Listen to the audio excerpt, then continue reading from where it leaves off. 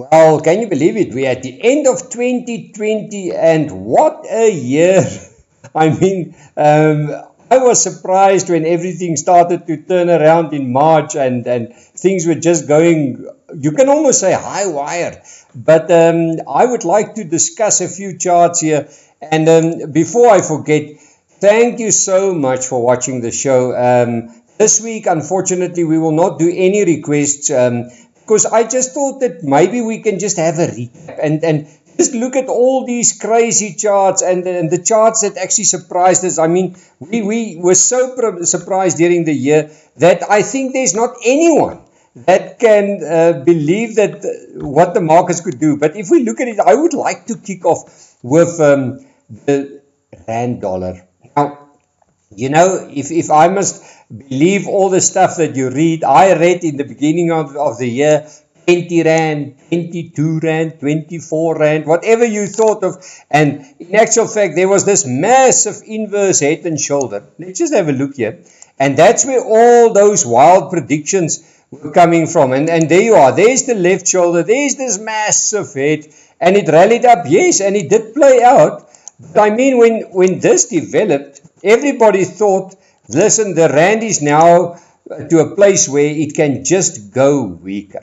Now, what happened was nobody knew that in April or March, the Federal Reserve will just continue printing money and that they will just don't even think about the dollar. They will just almost, you can say, destroy the dollar. And what happened?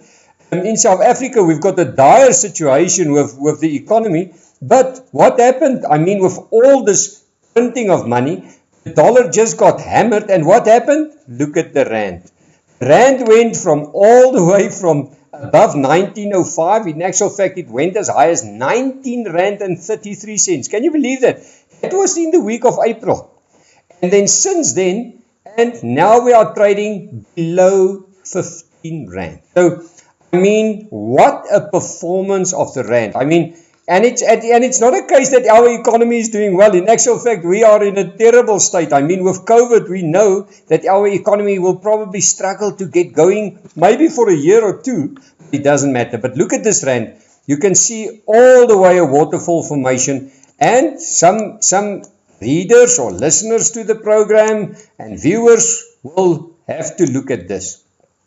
And there you are. If I look at that, you can clearly see it's a waterfall situation. What we've learned over the years, as you see something like this where the market just go one way and it never feels like it wants to turn around, look at it. It's just falling off a cliff and it can go all the way. Let's have a look at the test of the support line. There you are.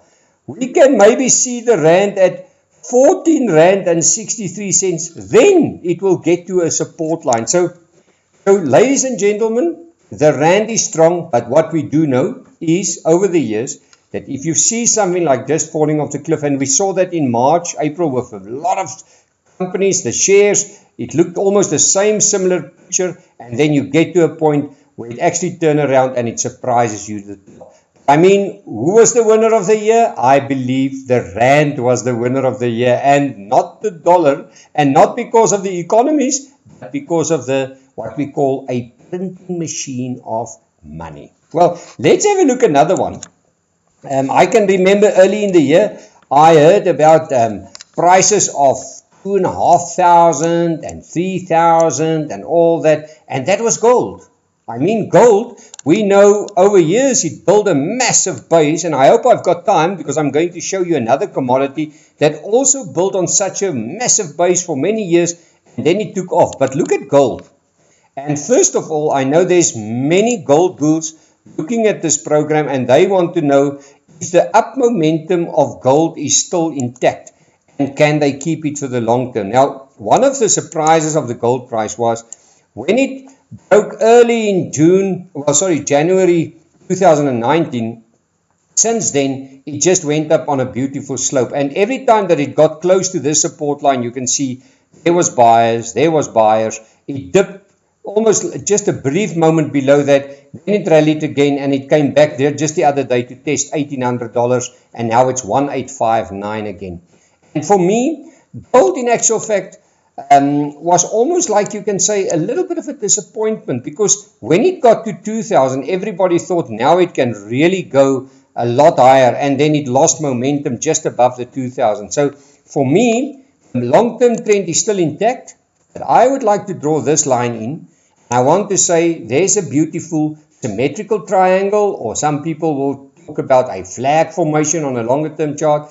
For me, the gold price must get above 1912 to see some renewed strength to the upward side. If we don't see that, this symmetrical triangle can actually break below 1829, and then we can easily see a drop to the downside. Now, let's have a look. What is the target?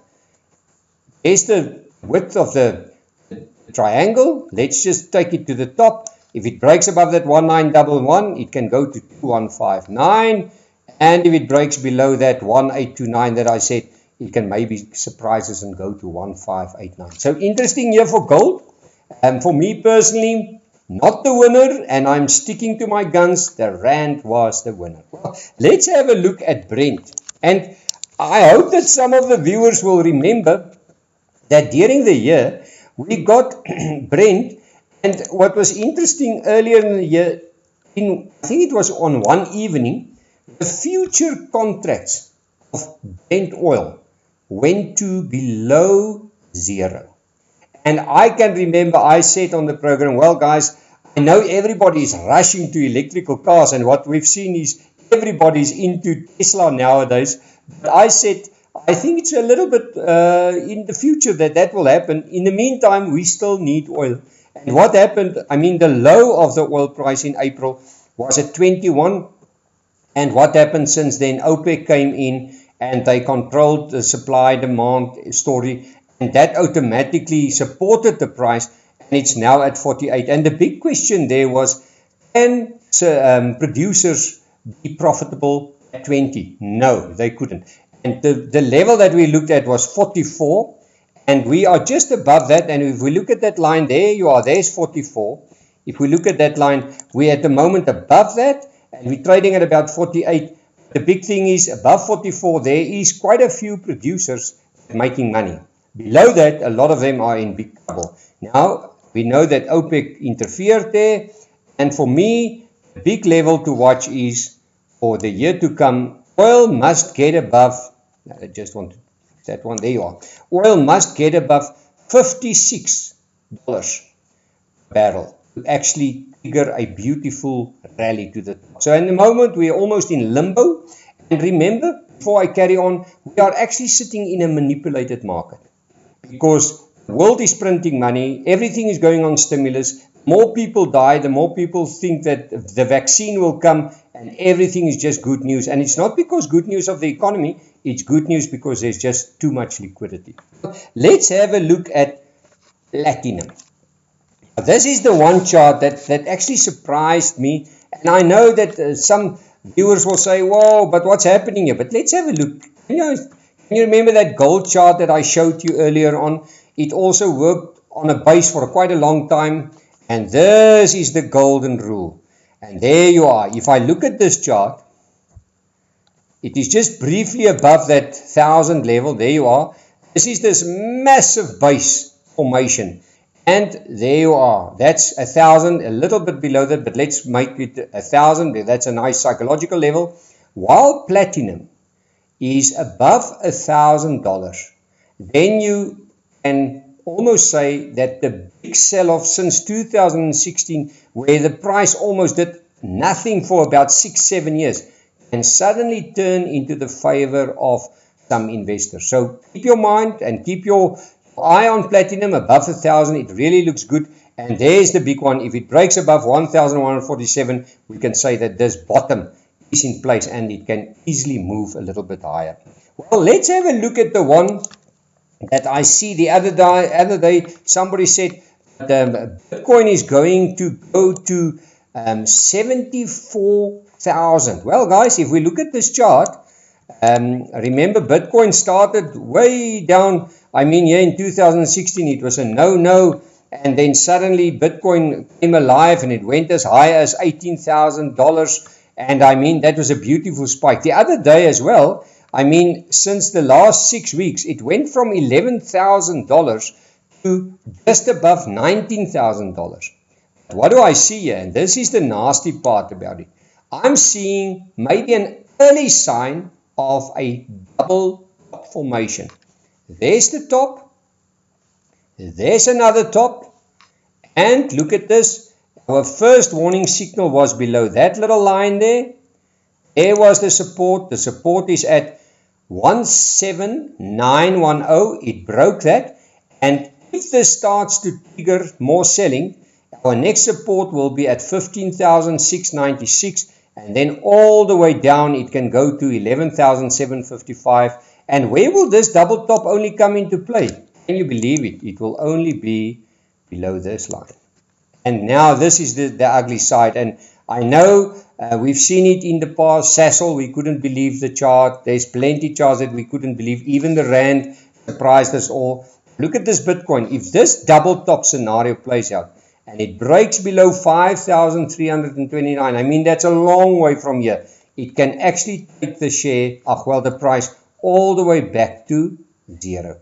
So just be careful if you are a Bitcoin trader and you're keen on it for the long term. We will only get positive above 19,600. Only above that, we know that it can give us a new rally to the top. Otherwise, below this, let's call it an 18,000 level, I'm a little bit nervous on the chart. Well, all the best for the year. 2020 was an interesting year, and we'll talk in the new year. And keep yourself safe and enjoy your Christmas and a prosperous new year. And by the way, visit our website www.fransdeklerk.com for more info.